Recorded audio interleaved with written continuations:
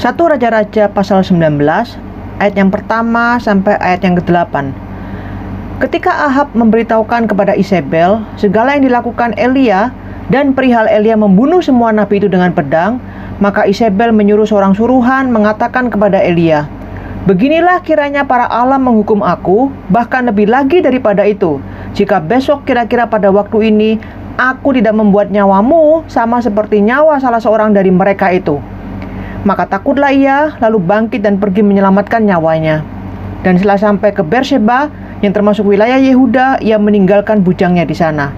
Tetapi ia sendiri masuk ke padang gurun sehari perjalanan jauhnya, lalu duduk di bawah sebuah pohon arar. Kemudian ia ingin mati, katanya. "Cukuplah itu. Sekarang ya Tuhan, ambillah nyawaku, sebab aku tidak lebih baik daripada nenek moyangku." Sesudah itu ia berbaring dan tidur di bawah pohon arar itu. Tetapi tiba-tiba seorang malaikat menyentuh dia serta berkata kepadanya, "Bangunlah, makanlah." Ketika ia melihat sekitarnya, maka pada sebelah kepalanya ada roti bakar dan sebuah kendi berisi air. Lalu ia makan dan minum, kemudian berbaring pula. Tetapi malaikat Tuhan datang untuk kedua kalinya dan menyentuh dia serta berkata, "Bangunlah, makanlah, sebab kalau tidak, perjalananmu nanti terlalu jauh bagimu." Maka bangunlah ia, lalu makan dan minum, dan oleh kekuatan makanan itu, ia berjalan 40 hari 40 malam lamanya, sampai ke gunung Allah, yakni Gunung Horeb. Ayat yang ke-9. Di sana masuklah ia ke dalam sebuah gua dan bermalam di situ. Maka firman Tuhan datang kepadanya demikian, "Apakah kerjamu di sini, hai Elia?" Lanjut ke ayat 14. Jadi Tuhan menanyakan jawaban yang sama 2 kali, dan Elia menjawab yang sama 2 kali. Kita lihat jawaban yang kedua, dan ini jawaban yang sama dengan yang pertama. Jawabnya, ayat 14, jawabnya, "Aku bekerja segiat-giatnya bagi Tuhan Allah semesta alam, karena orang Israel meninggalkan perjanjianmu, meruntuhkan mezbah-mezbahmu, dan membunuh nabi-nabimu dengan pedang. Hanya aku seorang dirilah yang masih hidup, dan mereka ingin mencabut nyawaku." Firman Tuhan kepadanya, "Pergilah, kembalilah ke jalanmu melalui padang gurun ke Damsyik, dan setelah engkau sampai, engkau harus mengurapi Hazael menjadi raja atas Aram, juga Yehu cucu Nimsi haruslah kau urapi menjadi raja atas Israel, dan Elisa bin Safat dari Abel Mehola harus kau urapi menjadi nabi menggantikan engkau." Ayat 18. "Tetapi aku akan meninggalkan 7.000 orang Israel, 7.000 orang di Israel, yakni semua orang yang tidak sujud menyembah Baal dan yang mulutnya tidak mencium dia." Saudara, pergumulan hidup, penderitaan, stres, frustrasi itu bukan hanya dialami oleh sebagian orang, tapi semua orang. Bahkan oleh nabi-nabi Tuhan sekalipun, orang yang dekat dengan Tuhan yang baru saja melakukan mujizat. Jadi masalah stres, masalah kekhawatiran, masalah ketakutan, masalah tantangan hidup itu dialami oleh semua orang selama hidup di dunia ini, karena itu memang bagian akibat dari dosa. Dan kita melihat Nabi Tuhan pun juga mengalami hal yang sama. Meskipun dia Nabi Tuhan, dekat Tuhan, dengar suara Tuhan, baru saja melakukan mujizat, tapi dia tidak terluput dari yang namanya kesulitan, yang namanya tantangan, yang namanya stres dan frustrasi dan depresi. Nah, sekarang kita akan melihat apa yang Alkitab ajarkan atau prinsip yang Tuhan ajarkan kepada kita ketika kita menghadapi stres atau tekanan hidup. Karena biasanya ada pola-pola tertentu secara manusiawi ketika kita stres, itu apa yang biasanya kita lakukan. Nah, sekarang kita melihat apa yang Alkitab mau, Tuhan mau untuk ajarkan kepada kita ketika kita mengalami stres. Karena stres itu, masalah hidup itu, pergumulan hidup itu, penderitaan itu bagian dari hidup kita yang tidak akan bisa kita hindari sampai kapanpun. Ya kan? Bahkan saat ini pun kita tahu kita mengalami sesuatu yang tidak pernah terjadi seumur hidup kita, yaitu masalah corona dan sebagainya. Semua orang kaget, ada orang-orang yang tiba-tiba kehilangan pekerjaan. Yang kemarin sehat, tiba-tiba hari ini sesak nafas, ke rumah sakit, besok meninggal. Ada begitu banyak situasi yang kita tidak tahu dalam dunia yang tidak pasti ini. Jadi itu bukan sesuatu yang kita bisa hindari. Tapi sekarang kita melihat dari kisah Nabi ini dengan Tuhan, apa yang Tuhan mau ajarkan kepada kita ketika kita seharusnya atau ketika kita menjalani atau melewati berbagai tantangan dalam kehidupan ini. Yang pertama, Tuhan mau kasih tahu kita bahwa ada hal secara jasmani yang kita harus perhatikan, yaitu apa? Makan, minum, tidur. Hal yang simpel sekali, bukan? Tapi kan coba saya tanya, menurut pengalaman saudara, ketika kalian stres, kalian dalam kondisi tegang, dalam kondisi panik, dalam kondisi sedih, secara otomatis tubuh kita bereaksi seperti apa? Nafsu makan? Bisa tidur? Ingat untuk minum? Makanya Alkitab bilang, ini secara jasmani yang harus kita perhatikan. Hal yang sepele sekali, yang biasanya kita juga abaikan, kita dianggap itu penting, dan tubuh kita pun bereaksi secara normal untuk melawannya. Tapi Alkitab pasti tahu, hei, perhatikan ini, bahkan bukan, ini Tuhan loh, yang bahkan mengajari Elia dan bahkan membangunkan Elia, malaikatnya, dan memberikan secara khusus makanan dan minuman. Dan Tuhan membiarkan Elia untuk terbaring dan tidur di situ. Jadi Elia ini stres luar biasa. Kita bisa bayangkan ya, dan suatu yang bisa dimengerti sekali, dalam pertempuran melawan Nabi Baal, dari pagi sampai sore, pertempuran seperti itu, kita bisa bayangkan kondisinya. Elia mana sempat makan dan minum? Gak akan dia makan dan minum. Dia juga ngompor-ngompori, ayo teriak, mungkin Allahmu tidur, mungkin Allahmu sibuk, dan sebagainya. Ngompor-ngompor itu Nabi Baal. Kok kenapa Allahnya tidak menjawab doa-doa mereka? Jadi di dalam pertempuran yang begitu menegangkan, untuk supaya dia bisa menarik hati orang Israel kembali melihat itu loh, Allah Israel yang kamu tinggalkan itu sebenarnya adalah Allah yang hidup, bukan Baal yang kamu sembah saat ini. Jadi dalam pertempuran seperti itu, Elia saya yakin dia tidak akan makan dan minum. Bahkan raja pun tidak makan minum. Kalau kalian lihat ayat di atasnya, itu dikatakan dia suruh Ahab makan minum. Sekarang kamu cepat makan minum, sebentar lagi akan hujan turun. Jadi tidak sempat makan minum, tiba-tiba dalam kelelahan fisik, emosi, mental seperti itu. Kemudian dia tiba-tiba mendengar ancaman, Isabel mau bunuh dia. Dan dalam kepanikan pun, ketakutan, dia pun lari. Dalam kondisi lelah seperti itu, tidak makan, tidak minum, stresnya tambah berat. Makanya kenapa penting Alkitab mengajarkan kita di banyak bagian. Nanti ada satu bagian lagi yang saya kasih lihat saudara, betapa makan minum yang kita lalaikan ini, bahkan tidur yang kita lalaikan ini, itu sungguh-sungguh diperhatikan oleh Tuhan. Dalam menghadapi tantangan hidup, jangan lupa makan, minum, tidur. Jaga ini, pelihara ini, untuk menjaga tubuhmu supaya kuat menghadapi tantangan. Makanan itu menolong kita untuk bisa memiliki emosi yang stabil. Kalau orang yang nggak makan, lapar, itu gampang sekali emosian. Betul, emosi sekali. Jadi harusnya dia mungkin bisa menangani stresnya, karena nggak makan, stresnya tambah berlipat-lipat. Minum juga sama. Otak kita ini terdiri dari 80% itu air. Otak kita loh, 80% air. Jadi kalau kita nggak minum, otak kita itu langsung buntu dan bisa berpikir. Sedangkan kita untuk berpikir saja, untuk berpikir ya, ini kita bukan bekerja apa-apa, mikir aja, masa apa ya, mau kerja apa ya, apa planningku ke depan ya, bagaimana aku menyelesaikan ini ya. Untuk berpikir aja, itu kita butuh 20% dari energi atau tenaga kita. Loh, kalau energinya nol, nggak ada tenaga, karena tidak ada asupan yang masuk, gimana kita bisa mikir?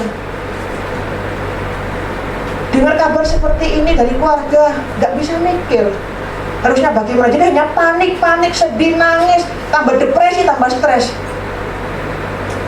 Dapat masalah dengan majikan seperti ini, pekerjaan seperti ini, nggak makan, nggak minum, nggak tidur, tambah stres, tambah panik, tambah nggak bisa mikir.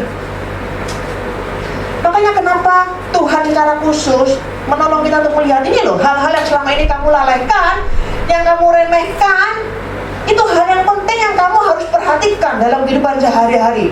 Khususnya apalagi ketika menghadapi tantangan hidup. Harus makan, meskipun mungkin tidak nafsu makan. Harus minum, meskipun rasanya nggak haus, kayaknya mual. Dan harus usahakan tidur. Bahkan makanya kenapa ketika orang-orang itu depresi, salah satu obat yang diberikan dokter itu adalah apa? Obat tidur. Harus tidur. Jadi ini yang kita harus perhatikan. Kalau ada teman yang sharing, ada masalah hidup, kesusahan, salah satu yang kalian bisa lakukan, perhatian yang kalian bisa lakukan dan kalian berikan adalah makan ya, jangan lupa. Atau kalau hari Minggu ketemu, ajak makan, pasti dia main nggak makan mungkin. Kamu udah makan nggak kemarin? Enggak lah, nggak bisa masuk, paling cuma 1 sendok doang. Ajak makan hari itu. Kalau enggak dia nggak bisa mikir, stresnya tambah berat, tambah dalam. perhatikan tidurnya, ayo kamu tidur, usahakan tidur, begitu. Kalau memang betul-betul nggak bisa, stresnya terlalu dalam, mungkin bisa diusahakan untuk bisa minum obat tidur dan sebagainya yang dosisnya kecil, begitu. Jadi ini sesuatu yang Tuhan perlihatkan kepada Elia untuk memperhatikan makan, minum, dan tidurnya.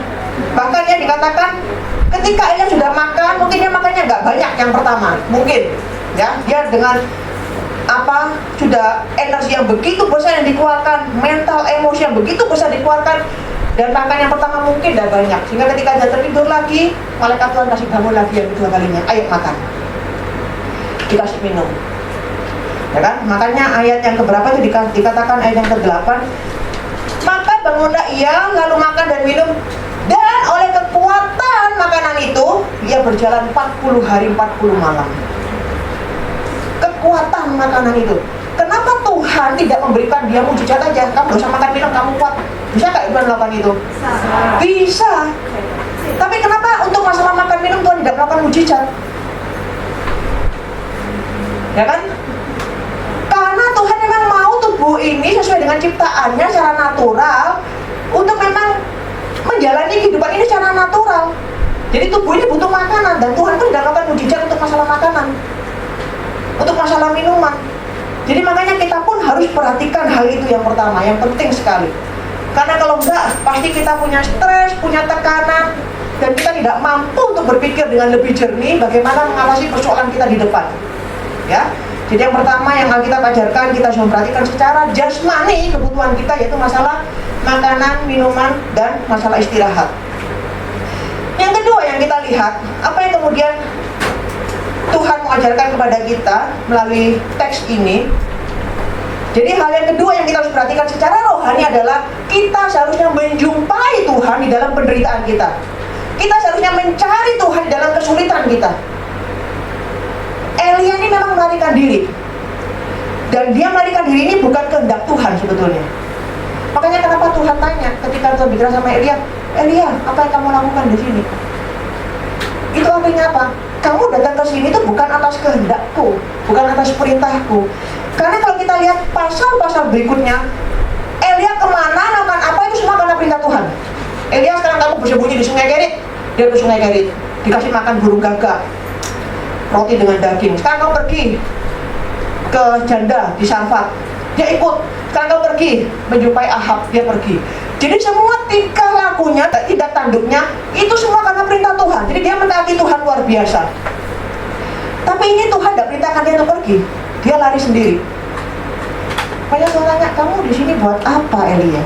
Sampai 2 kali ditanya seperti itu. Menyadarkan Elia, kamu ingat nggak? Kamu kesini tuh bukan sesuai dengan perintahku. Tapi meskipun demikian, Elia melarikan diri dari ketakutannya, tapi dia sengaja memang dia pergi mau menjumpai Tuhan. Dia 40 hari, dia tinggalkan bujangnya ya. Jadi waktu pertama dia lari, dia sama bujangnya, sama budaknya, pembantunya yang kecil. Kemudian sampai suatu tempat dia tinggalkan itu budaknya, dan dia berjalan sendiri. Ya ada beberapa kemungkinan, dan juga karena budaknya terlalu kecil, dia pikir mungkin tidak bisa bersama-sama dengan dia melakukan perjalanan yang jauh. Tapi ada kemungkinan yang lain, memang Elia mau sendirian. Dia mau menjalani ketenangan, dan dia mau menjumpai Tuhan dalam kesendiriannya. Bahkan dikatakan dia kemana? Ke Gunung Horeb, ke Gunung Allah. Itu berapa lama dia jalan? 40 hari 40 malam. Sebetulnya dari tempat Elia itu berada, dikasih makan oleh malaikat, sampai ke Gunung Horeb itu tidak jauh. Tidak perlu 40 hari 40 malam, beberapa hari bisa nyampai. Tapi kenapa dia sengaja putar-putar sampai 40 hari 40 malam baru sampai ke Gunung Horeb? Salah satunya karena dia ingin mengalami apa yang dialami oleh Musa. Kenapa dia mau ke Gunung Horeb? Gunung Horeb ini sama dengan Gunung Sinai, Gunung Allah, gunung di mana Tuhan memberikan 10 perintahnya, perjanjiannya kepada orang Israel. Dan di sana Musa berdiam 40 hari 40 malam. Dan saat ini Elia ingin mengalami. Kenapa? Karena dia begitu pedih melihat orang Israel itu meruntuhkan perjanjian Tuhan yang diberikan Tuhan kepada Musa di Gunung Sinai itu. Mereka semua tidak taati, mereka buang. Jadi dalam kepedihan hati dia sekarang mencari Allah di gunungnya, di Gunung Allah. Dia ingin mengalami seperti yang dialami oleh Musa.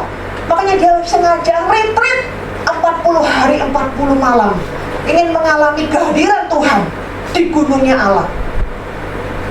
Jadi ini dia lakukan secara sengaja. Jadi Elia pun dalam pelariannya dari ketakutannya, tapi dia tahu dia tidak lari dari Tuhan. Dia sengaja datang mencari Tuhan. Bahkan dia sengaja mencari Tuhan dalam keheningan, dalam kesendirian. Dia retreat ingin mengalami Tuhan di situ. Ini yang luar biasa, saudara. Dan yang luar biasa ya, dari sini ketika dia mencari Tuhan, Tuhan menemui dia. Dan ada hal-hal yang Tuhan nyatakan kepada Elia yang begitu luar biasa. Yang pertama, Tuhan itu kasih tahu, ya waktu Tuhan bilang begini di ayat yang ke-18 ya. Ayat 15 Tuhan juga udah bilang, kamu kembali, kemudian kamu urapi ini jadi raja, urapi ini jadi raja. Nanti kemudian Elisa juga akan menjadi penggantimu. Kemudian ayat 18 Tuhan bilang, aku akan meninggalkan 7.000 orang di Israel, yakni orang yang tidak sujud menyembah Baal, begitu. Jadi intinya begini, Elia ini dalam stresnya ya, kalau tadi kalian perhatikan jawabannya kepada Tuhan apa? Aku kerja siang malam giat-giatnya untuk Tuhan, begitu ya. Ini aku lakukan. Tapi ternyata Tuhan kok sampai kayak begitu, ini orang Israel meninggalkan engkau. Bahkan aku akan melakukan mujizatnya begitu hebat, tapi ternyata kok dia tuh harapannya ketika Ahab menceritakan kepada Isabel, ini loh kejadiannya bla bla bla bla. Dia berharap mungkin Isabel itu langsung tertunduk, langsung jatuh berlutut. Oh, ternyata Allah Israel itu Allah yang hidup, aku selama ini berdosa. Tapi ternyata Isabel tidak tersentuh sedikit pun mendengar kesaksian seperti itu.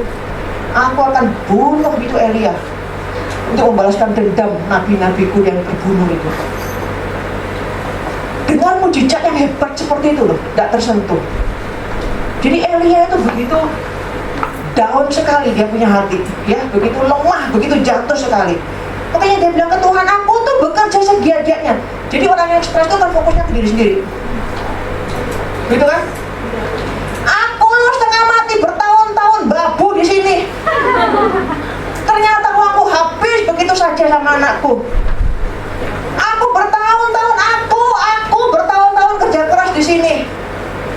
Ternyata begitu saja dikhianati dan ditinggalkan oleh suami. Padahal itu semua uang untuk suami.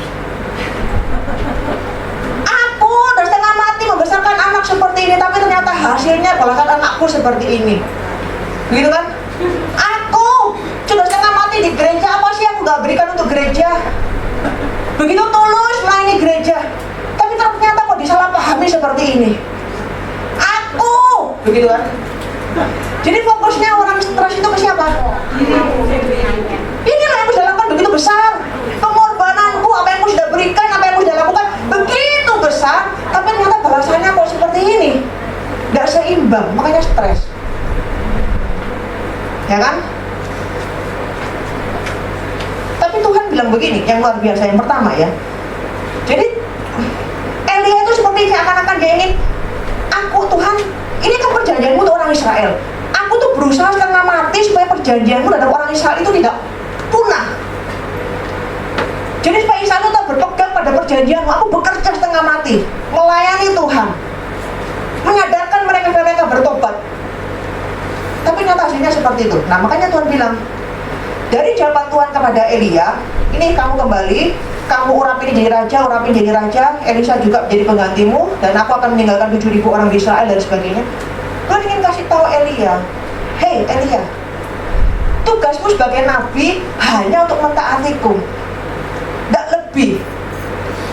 Selebihnya itu adalah bagianku. Makanya Tuhan melakukan bagiannya, dia kasih tahu Elia, ini loh sekarang urapi ini, dan aku, Tuhan kan bilang ya, ayat 18, aku yang akan meninggalkan 7.000 orang Israel yang takut akan Tuhan dan tidak menyembah Baal. Itu urusannya siapa? Bukan hanya Elia yang mempertobatkan mereka, tapi Tuhan yang akan melakukan karyanya di antara orang Israel, sehingga orang-orang ini akan tetap menyembah hatinya kepada Tuhan. Itu yang Tuhan akan buat. Jadi itu adalah bagiannya Tuhan, tugasnya Tuhan, bukan bagiannya Elia. Tapi Elia terlalu menanggung beban, terlalu berat, karena bagiannya Tuhan pun dia mau tanggung. Makanya Tuhan kasih tahu, Elia, bagianmu hanya melakukan sebagai nabi, melakukan apa yang persis aku perintahkan kepadamu. Ada bagian-bagian lain, itu adalah bagianku, tanggung jawabmu yang akan melakukan itu. Nah ini yang Jadi satu hal yang bisa melihat dari sini, Tuhan itu menolong Elia untuk memperbaharui pikirannya tentang Tuhan. Pengenalannya tentang Tuhan itu diperbaharui, diperdalam. Dia mengerti lebih lagi tentang Tuhan. Dia mengerti lebih lagi tentang karya Tuhan dalam kehidupannya, dalam kehidupan orang Israel, dalam pelayanannya. Hal-hal yang mungkin selama ini dia salah, Tuhan perbaiki, Tuhan koreksi, Tuhan benarkan, Tuhan pulihkan, Tuhan segarkan. Jadi makanya penting sekali kenapa dalam kita punya kesulitan masalah hidup, kita seharusnya mencari Tuhan, mendapatkan kekuatan kembali dari Tuhan. Dan Elia pun mendapatkan kekuatan yang luar biasa. Dia tahu, dia sekarang dilegakan. Ternyata itu bukan bagianku untuk menjaga perjanjian Tuhan atas orang Israel supaya tidak punah. Itu ternyata bukan apa yang harus aku lakukan. Itu bukan bagianku, bukan bebanku. Itu adalah tanggung jawabnya Tuhan. Dia mengalami kelegaan sekali. Sama ada banyak hal yang mungkin kita tidak terlalu mengerti tentang Tuhan dan tanggung jawab kita dan tanggung jawab Tuhan. Kita bergiat setengah mati itu kenapa berdoa luar biasa, kok ini anakku, keluargaku tidak bertobat-bertobat misalnya. Tapi ada hal yang Tuhan bilang, tugasmu hanya khusus setia mendoakan dan menjadi teladan, memberitakan Injil. Tapi masalah pertobatan hatinya itu adalah tanggung jawabku, urusanku, begitu kan? Tapi kan kita ambil bebannya Tuhan sehingga kita juga rasa berat sekali. Dan kita tertekan, karena kok udah belasan tahun mendoakan kok tidak ada tanda-tanda pertobatan sama sekali. Kan ada banyak hal dalam kehidupan kita yang kita jadi stres berat, karena kita punya pemandangan atau kita punya pemikiran yang kurang tepat. Makanya kenapa kita perlu untuk mencari Tuhan. Ketika kita menyendiri dengan Tuhan, kita retreat, kita mencari Tuhan, di situ Tuhan akan menolong kita untuk melihat sebenarnya bagaimana sih masalah ini. Tuhan seperti apa sih yang berkarya? Apa sih yang Tuhan mau lakukan lewat kondisi ini? Dan mana bagian kita yang harus kita lakukan lewat kondisi ini? Sayangnya cuman saya tahu, meskipun saya mendengar banyak kesaksian lewat kondisi corona ini, banyak pertobatan di mana-mana. Tapi juga tidak sedikit justru orang-orang Kristen yang mengalami kemunduran. Sangat disayangkan sekali. Kesempatan tidak ke gereja, benar-benar tidak ke gereja, benar-benar. Bahkan ibadah online pun juga enggak. Begitu ya, ini pun juga terjadi di antara famili saya. Jadi ibadah online pun menolak untuk bergabung karena memang merasa Tuhan itu bukan Tuhan yang hidup, yang dia seharusnya sembah dan sebagainya. Dan memang kondisi seperti ini ada orang-orang justru yang memang jadi mundur secara rohani, mundur dari gereja, mundur dari persekutuan, mundur kehidupannya mencari Tuhan. Sangat disayangkan, padahal COVID-19 ini adalah suatu panggilan Tuhan untuk membangunkan orang, untuk mereka melihat bahwa kamu tuh tidak bisa hidup tanpa Tuhan. Kamu tahu nggak besok kamu masih sehat? Kita minggu lalu masih senang-senang kan? Wah, kayaknya sudah mulai longgar, sudah tidak ada penyebaran lokal, kita senang, kita sudah di gereja juga udah mulai longgar, duduknya juga udah mulai dideketin, udah bisa makan dan sebagainya. Tiba-tiba 2 hari lalu, 3 hari lalu, mendadak ada perubahan lagi. Sekolah juga, padahal tinggal 1 minggu nih sekolah, tinggal 1 minggu aja terus udah libur. Tiba-tiba harus dihentikan lagi semuanya. Begitu banyak yang tidak pasti, begitu banyak hal yang kita tidak bisa atur, kita tidak bisa kontrol di tangan kita dalam rencana kita. Tapi kok justru kondisi seperti ini ada orang-orang yang justru tidak memanfaatkan untuk membangunkan kerohaniannya, untuk semakin dekat dengan Tuhan dalam ketidakpastian, malah seharusnya menempatkan diri dalam sesuatu yang pasti, tapi malah justru menjauh dari Tuhan yang pasti. Sangat disayangkan. Nah, kemudian hal yang ketiga yang terjadi adalah, tadi yang pertama adalah secara jasmani yang Tuhan mengajarkan, jangan lupa makan, minum, tidur. Yang kedua secara rohani, justru dalam kesulitan seharusnya mencari Tuhan dan mengalami Tuhan lagi. Di situ kita akan mendapatkan kekuatan dan perspektif yang baru. Dan yang ketiga secara sosial. Secara sosial ya. Kita lihat ayat ke zaman tadi ya, Elia, saya tidak akan ulangi. Elia kan jawab begini, kalimat yang terakhir, hanya aku seorang dirilah yang masih hidup, begitu ya. Jadi dia fokus kepada dirinya yang seorang diri dalam perjuangan iman ini. Hanya aku doang yang ada, semua sudah mati. Mana begitu banyak orang, mana bisa aku melawan seluruh kerajaan? Hanya aku seorang diri yang masih tinggal. Ketika seseorang berfokus pada dirinya sendiri, dia punya depresi itu akan semakin dalam, karena merasa aku hanya sendirian, mana mampu aku menghadapi ini semua. Makanya Tuhan menjawab Elia punya pergumulan, dia bilang apa? Aku akan meninggalkan 7.000 orang di Israel yang hatinya melekat kepada Tuhan dan tidak menyembah berhala. Tapi 7.000 ini sebenarnya bukan angka yang pasti, karena ini hanya simbol, karena 7 itu di Alkitab adalah tanda kesempurnaan. Jadi artinya adalah Tuhan dengan sempurna akan menjaga perjanjiannya dalam orang Israel, dan akan ada orang-orang yang hatinya Tuhan akan balik dan hatinya akan melekat kepada Tuhan. Tapi maksudnya tetap akan ada orang, entah itu berapa, yang Tuhan akan pelihara iman mereka, pelihara hati mereka supaya tetap melekat kepada Tuhan. Dan Elia tidak seorang diri dalam perjuangan iman ini. Makanya kenapa secara sosial itu penting untuk kita itu bergabung dengan komunitas. Makanya itu yang juga kami di gereja ini selalu dorong kan, sel group. Jangan menjauh dari sel group, jangan menjauh dari persekutuan, jangan menjauh dari komunitas. Alkitab pun mengajarkan pentingnya persekutuan. Dan itu pun juga adalah konsep Tuhan terhadap persekutuan, terhadap tubuh Kristus. Tidak boleh sendiri-sendiri, harus bersatu. Meskipun mungkin ada luka, menyakiti, tapi di dalam luka ini ada kehidupan yang menghidupkan. Ada pendewasaan, kehidupan tidak bisa kita dapatkan ketika kita menyendiri. Itu hanya kita bisa dapatkan ketika kita berkumpul dengan saudara seiman. Dan itu kan memberikan kekuatan yang luar biasa. Makanya ketika kita misalnya ya, dan seringkali itu mungkin hal yang familiar kita dengar atau mungkin kita pernah ucapkan, ketika kita merasa kita sendirian, aduh, tidak pernah ada yang ngalamin seperti ini, Bu, hanya aku sendiri. Rasanya ditinggal suami seperti apa, tidak ada yang tahu, hanya aku sendiri. Nah, ketika kalimat ini muncul, stresnya seperti apa? Dalam. Tidak ada yang tahu, Bu, rasanya dimaki-maki majikan dari pagi sampai malam itu seperti apa, tidak ada yang tahu. Hanya aku sendiri, teman-teman yang lain itu sepertinya enak-enak kerjanya dengan majikan, majikannya baik-baik, hanya aku sendiri. Nah, itu kalimat familiar kan? Kita kadang keluarkan kan? Kalau kita hanya berfokus kepada aku sendiri, kita punya stres tambah dalam, karena kita tidak mampu sendirian. Tapi ketika kita tahu, wih, aku tidak sendirian, teman-temanku ternyata sama ya. Wah, kita dikuatkan sekali. Wah, di gereja ternyata yang janda bukan hanya aku ya. Oh, di gereja yang single bukan hanya aku. Wih, ternyata cukup banyak. Begitu kan? Itu gimana rasanya hati? Dikuatkan sekali. Begitu kan? Yang pernah diterminal majikan itu ternyata bukan hanya aku. Itu kan kadang ada orang yang nggak ngerti, dia merasa malu, merasa aib. Terus sampai diterminal majikan berarti aku nggak baik. Malu sampai tidak berani ngomong ke orang lain. Tapi kan kita tahu, sebagian besar di sini pun pernah diterminal. Wah, berani dia ngomong cerita, gitu kan? Nah, coba saya kasih kalian lihat bagian yang lain dari Perjanjian Baru, kisah yang berbeda, tapi prinsipnya sama. Dan makanya ini saya pikir luar biasa Tuhan kasih prinsip ini. Kisah Rasul pasal yang ke-27. Paulus itu karena penginjilan, memberitakan Kristus, yang ditangkap oleh orang-orang Yahudi. Ya, orang-orang Yahudi yang juga pernah menyalibkan Yesus dan sebagainya, dia kena tangkap. Sudah diadili berkali-kali, sebenarnya tidak ditemukan adanya kesalahan apapun. Seharusnya bisa dilepaskan.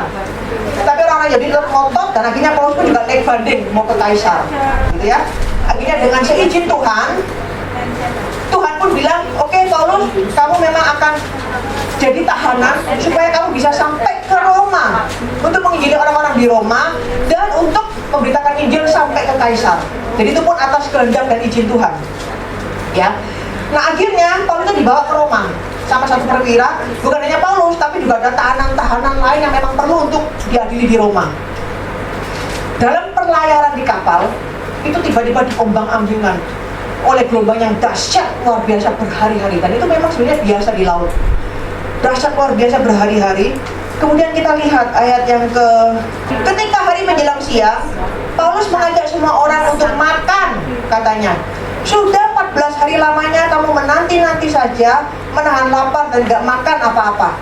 Karena itu aku menasihati kamu supaya kamu makan dahulu. Hal itu perlu untuk keselamatanmu. Tidak seorang pun di antara kamu akan kehilangan sehelai pun dari rambut kepalanya. Sudah berkata demikian, yang mengambil roti, mengucap syukur kepada Allah di hadapan mereka semua, memecah-mecahkannya, lalu mulai makan. Maka kuatlah hati semua orang itu, dan mereka pun makan juga. Nanti kalau kalian lihat ayat-ayat di bawahnya, ternyata memang benar, kapal itu akhirnya karang, hancur. Akhirnya mereka harus berenang dari jarak yang cukup jauh sampai ke daratan itu harus berenang. Yang tidak bisa berenang harus pakai pecahan kapal, pecahan kayu untuk sampai. Itu kalau mereka tidak makan, bisa kebayang nggak akibatnya seperti apa? Makanya kenapa Paulus bilang apa? Kamu harus makan untuk keselamatanmu. Kalau kamu tidak makan, kamu bisa nggak selamat. Nah, mungkin salah satu yang kita bisa lihat dari pergumulan hidup, tantangan, kembali Tuhan, Paulus ini juga bisa memberikan mujizat. Dia bisa membangkitkan orang mati, menyembuhkan banyak orang sakit. Tapi kenapa dia tidak makan mujizat supaya tidak lapar? Jangan khawatir saudara-saudara, kita semua tidak ada yang nafsu makan, tidak apa-apa. Tapi saya akan melakukan mujizat dalam nama Yesus, kita semua tidak akan lapar. Dan kita akan kuat karena kekuatan rohani, bukan dari makanan, tapi kekuatan rohani akan memberikan kita kekuatan untuk melawan badai ini. Dia tidak pernah melakukan mujizat seperti itu. Dan Tuhan pun tidak pernah melakukan mujizat seperti itu. Ketika dia tahu orang-orang ini butuh makan, 5.000 orang, dia pun melakukan mujizat buat makanan, bukan buat mereka kenyang tanpa makanan.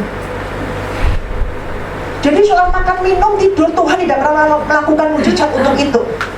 Tuhan tidak pernah melawan natur manusia, tubuh manusia membutuhkan makan, minum, tidur secara supranatural. Makanya ini prinsip yang kita lihat, betapa kita perlu sekali untuk memperhatikan hal ini. Jadi sering ketika kita sendiri rasa kayaknya padahal masalahnya bukan begitu besar, tapi stres kita kok berlebihan. Mungkin karena ada faktor makan, minum, tidur yang kita tidak perhatikan. Sehingga yang seharusnya itu stresnya tidak besar, tapi karena kita kurang makan, kurang minum, kurang istirahat, sehingga stresnya itu tambah besar. Respon yang seharusnya kita mungkin lebih bisa tenang, tapi karena kurang makan, tidur, akhirnya respon kita pun jadi panik lah, bahkan tidak karu-karuan. Jadi makanya kita perlu perhatikan ini untuk menolong kita untuk bisa berpikir, apa yang harusnya aku lakukan? Bagaimana langkah selanjutnya? Bagaimana peristiwa ini bisa terjadi? Bagaimana untuk menolong supaya mungkin prioritas mana yang seharusnya aku lakukan lebih dahulu? Ada banyak masalah, tapi mana lebih dulu yang aku harus lakukan, yang aku harus dahulukan, yang harus diselesaikan? Itu perlu tenaga untuk berpikir.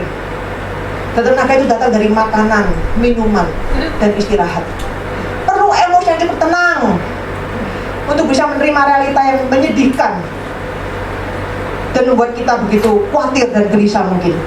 Dan itu emosi yang tenang juga bisa didapat dari makanan, minuman, dan istirahat yang cukup. Jadi ini yang pertama yang kita lihat. Kemudian yang kedua yang sama adalah prinsip tadi secara rohani, ya kan? Paulus pun jangan dipikir dia nggak takut. Dia pun takut. Ini 14 hari di kapal, terombang-ambing, nggak jelas. Ini gimana, ini bakalan mati nggak? Bisa jalan nggak? Bisa berhenti nggak? Ombaknya bisa tenang nggak? Akan ada lebih hebat nggak? Nggak pasti. Dalam ketidakpastian itu dia pun mengalami kekhawatiran dan ketakutan.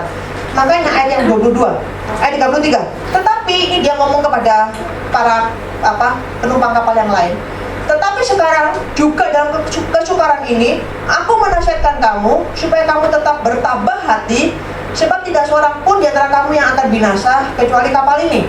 Karena tadi malam seorang malaikat dari Allah, yaitu dari Allah yang aku sembah sebagai miliknya, berdiri di sisiku dan ia berkata, jangan takut Paulus, yang kau ingin menghadap kaisar dan sebagainya. Jadi malaikat itu pun sampai khusus datang karena tahu Paulus pun juga dalam ketakutan. Banyak kasih tahu, jangan takut. Kalau kita lihat ya, Paulus ini tidak mengalami masalahnya, tidak selesai.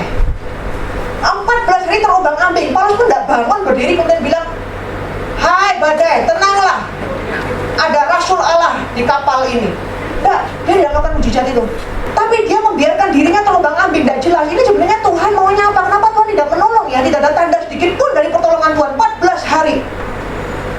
Dan malaikat Tuhan hanya datang ngomong apa? Dia bukan bilang Paulus tenang, badai akan tak hentikan. Enggak. Cuma dia bilang apa? Hanya menghibur hatinya aja loh. Kamu jangan takut. Tapi badai jalan terus. Badai jalan terus. Masalah tidak berhenti. Malaikat hanya datang menguatkan hatinya. Sering kita dalam masalah kan kita maunya minta mujizat Tuhan. Tuhan tolong ini supaya berhenti. Tuhan cepat ini berhenti. Tuhan mujizatmu ini terselesaikan. Tapi seringkali cara Tuhan bukan seperti itu. Masalah bisa ada, tapi yang pasti ketika kita mencari Allah dalam sisi rohani adalah kita yakin dan pasti bahwa Tuhan ada di sini dalam ketidakpastian ini. Dalam kesulitan ini Tuhan ada bersama dengan aku.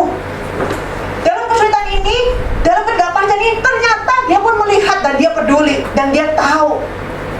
Seringkali itu lebih penting bagi kita, bukan penyelesaian masalah. Hanya keyakinan bahwa Tuhan ada dalam situasi seperti ini. Tuhan hadir, Tuhan tahu, Tuhan melihat, dan Tuhan menguatkan hati kita. Itu lebih dari cukup. Dan itu Paulus alami. Dalam kesulitannya, dia menjumpai Tuhan. Dan Tuhan menyatakan dirinya lewat malaikat, memberikan pernyataan dan keyakinan. Jangan takut, aku tahu semuanya, aku ada di sini, dan memberikan kepastian kamu akan tetap selamat. Kapal ini akan hancur, tapi kamu akan selamat. Bahkan kamu akan tiba dengan selamat sampai di Roma. Karena memang itu adalah tujuan Tuhan untuk Dia memberitakan Injil bahkan sampai ke pihak istana.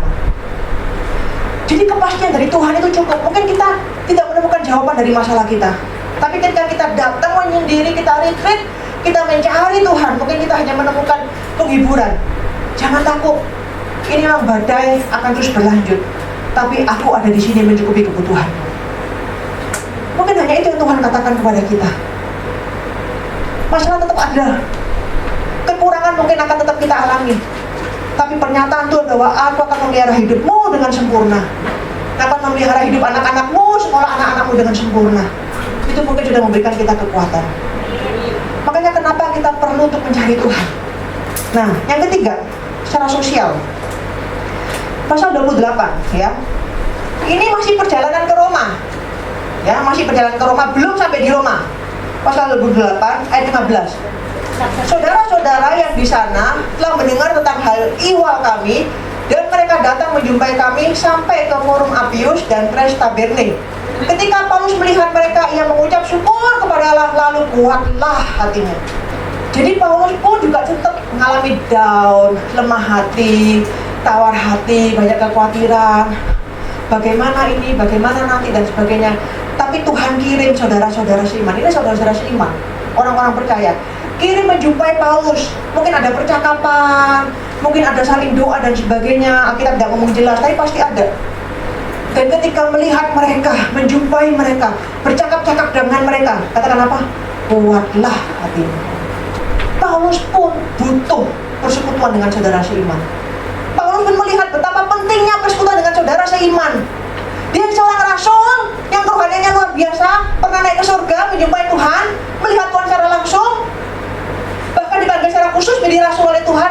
Dia pun bisa down, dan dia pun butuh kehadiran saudara-saudara seiman yang lainnya untuk menguatkan hatinya, menolong dia menjalani perjalanan iman ini. Makanya jangan ada seorang pun yang mengatakan aku sanggup sendiri, tidak perlu orang lain menjalani pergumulanku, menjalani hidupku. Tidak perlu gereja, tidak perlu sel group. Lihat contoh-contoh Alkitab. Tuhan betapa menekankan komunitas, betapa menekankan pentingnya persatuan di dalam gereja. Ini akan menguatkan kita menjalani kehidupan kita. Masalah tidak akan pernah habis, tantangan hidup tidak akan pernah habis. Covid ini pun kita tidak tahu sampai kapan. Semua orang tidak akan bisa menebak sampai kapan. Akan selama-lamanya mungkin dengan kita, tapi mungkin ketika vaksin ditemukan, mungkin dia akan menurun dan akan berkurang. Tapi mungkin akan terus. Tapi setelah ini selesai, mungkin akan ada lagi. Mungkin bukan skala internasional, dia skala nasional, atau mungkin kita pribadi yang alami. Kita tahu, kita tiap tahun, setiap waktu ada masalah-masalah, entah pekerjaan, entah keuangan, entah keluarga, entah anak, entah diri kita sendiri, entah hubungan dengan saudara seiman di gereja, entah pelayanan, ada begitu banyak. Tapi Alkitab memberitahu kita 3 hal yang kita harus ingat. Perhatikan kehidupan jasmanimu, harus sehat, itu harus terpenuhi. Perhatikan rohanimu, hubunganmu dengan Tuhan, jumpai Tuhan di sana, alami Tuhan lebih lagi di sana. Dan jangan lupa, libatkan komunitas, teman-teman di gereja, kelompok sel untuk bersama-sama dengan kita. Libatkan diri kita juga, libatkan mereka juga dalam kehidupan kita, untuk kita bersama-sama menjalani pergumulan hidup ini. Biar hal ini kita ingat dan menolong kita untuk menjalani kehidupan kita sebagai orang percaya di dunia ini, supaya kita dikuatkan dan kita boleh mengalami kemenangan. Tuhan memberkati.